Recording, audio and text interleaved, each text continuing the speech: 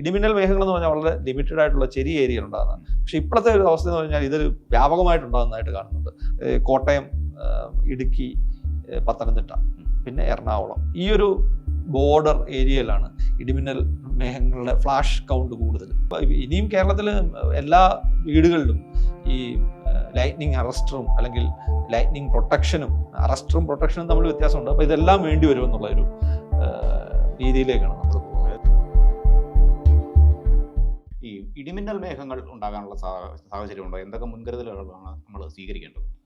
അതായത് ഇപ്പം അതിലേറ്റവും വലിയ അടുത്ത സ്പെല്ല് വരാൻ പോകുന്നത് നമ്മൾ ഹീറ്റ് വേവിനെ സംബന്ധിച്ച് ഒരു റിലീഫാണ്. But at a cost. അതായത് നമുക്ക് ഒരു അനുഗ്രഹമായിട്ട് വേനൽ മഴ വരുന്നു, പക്ഷെ അത് ഒരു 3 തരത്തിലുള്ള ഭീഷണിയുമായിട്ടാണ് വരുന്നത്. പ്രധാനപ്പെട്ടത് ഇത് ചുരുങ്ങിയ സമയത്ത്, ഇപ്പം തെക്കൻ കേരളത്തിലൊക്കെ ഈ ഒരു സ്പെല്ലെന്ന് പറഞ്ഞാൽ കുറച്ച് ഇൻറ്റൻസ് ആകാൻ സാധ്യതയുണ്ട്.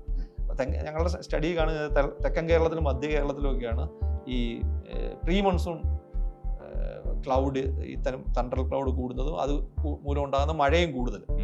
അപ്പോൾ അവിടങ്ങളിൽ അപ്പോഴും ഈ ഫ്ലഡിങ് ചാൻസ് അല്ലെങ്കിൽ ഫ്ലാഷ് ഫ്ലഡ് ഒക്കെ ഉണ്ടാകാനുള്ള സാധ്യത. അപ്പോൾ ചുരുങ്ങിയ സമയത്ത് കൂടുതൽ മഴ, അതാണ് തണ്ടർ ഈ സമയത്ത് പ്രീ മൺസൂണിൽ ഉണ്ടാകുന്ന മഴയുടെ പ്രത്യേകത.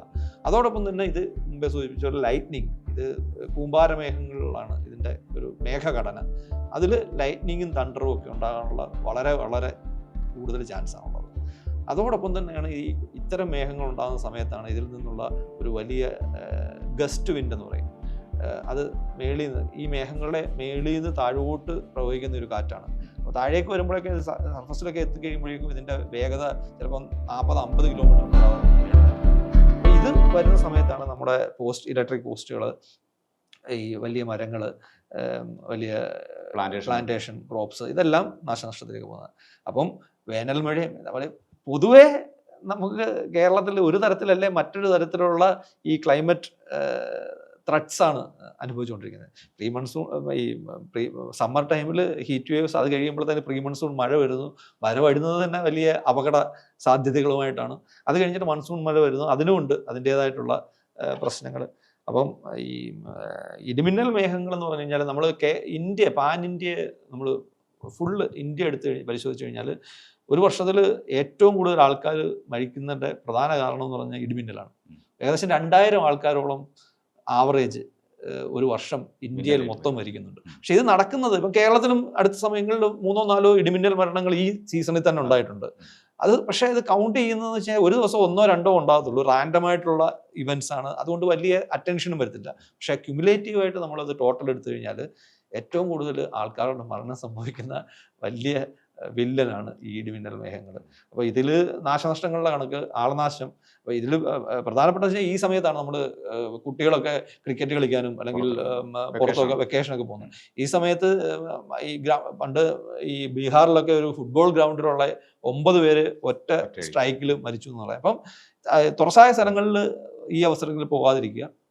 പിന്നെ ഈ സമയത്താണ് മഴ പെയ്യുന്ന ഒരു സമയത്താണ് ഇപ്പം കന്നുകാലികളെ അഴിച്ചു വിട്ടേക്കുമായിരിക്കും, അതിനെ പിടിച്ച് കെട്ടാൻ വേണ്ടി പോകും, അല്ലെങ്കിൽ മേളിൽ തുണി വിരിച്ചിട്ടുണ്ടാകും. ആ സമയത്ത് തന്നെ പോയി എടുക്കാൻ പോകും. അപ്പോൾ ഇതൊക്കെ നമുക്ക് ഒഴിവാക്കാവുന്ന കാര്യങ്ങളാണ്. അതോടൊപ്പം തന്നെ നമുക്ക് ഇനിയും കേരളത്തിൽ എല്ലാ വീടുകളിലും ഈ ലൈറ്റ്നിങ് അറസ്റ്ററും അല്ലെങ്കിൽ ലൈറ്റ്നിങ് പ്രൊട്ടക്ഷനും, അറസ്റ്ററും പ്രൊട്ടക്ഷനും തമ്മിൽ വ്യത്യാസമുണ്ട്. അപ്പോൾ ഇതെല്ലാം വേണ്ടി വരും എന്നുള്ളൊരു രീതിയിലേക്കാണ് നമ്മൾ പോകുന്നത്. അതായത് ഇടിമിന്നലിന്റെ കാഠിന്യം ഇനി വർദ്ധിക്കാനാണ് സാധ്യത. കാരണം മേഘങ്ങളുടെ ഘടന മാറുന്നുണ്ട്.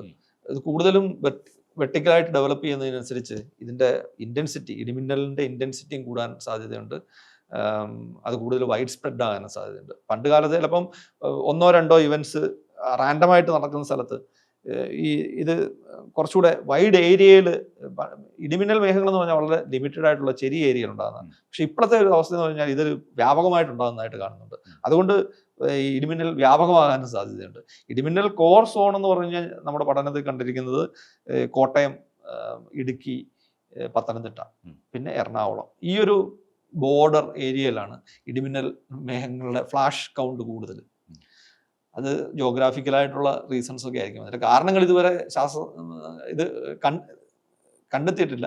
പക്ഷെ എന്നിരുന്നാലും ജോഗ്രാഫിക്കലായിട്ടുള്ള പ്രോക്സിമിറ്റിയും പിന്നെ ഈ തണ്ടർ ക്ലൗഡിൻ്റെ ഫോർമേഷൻ ഫ്രീക്വൻസിയും കൂടുതൽ ഇത്തരം ഈ പ്രദേശങ്ങളിലാണ്. പ്രദേശങ്ങളിലാണ്.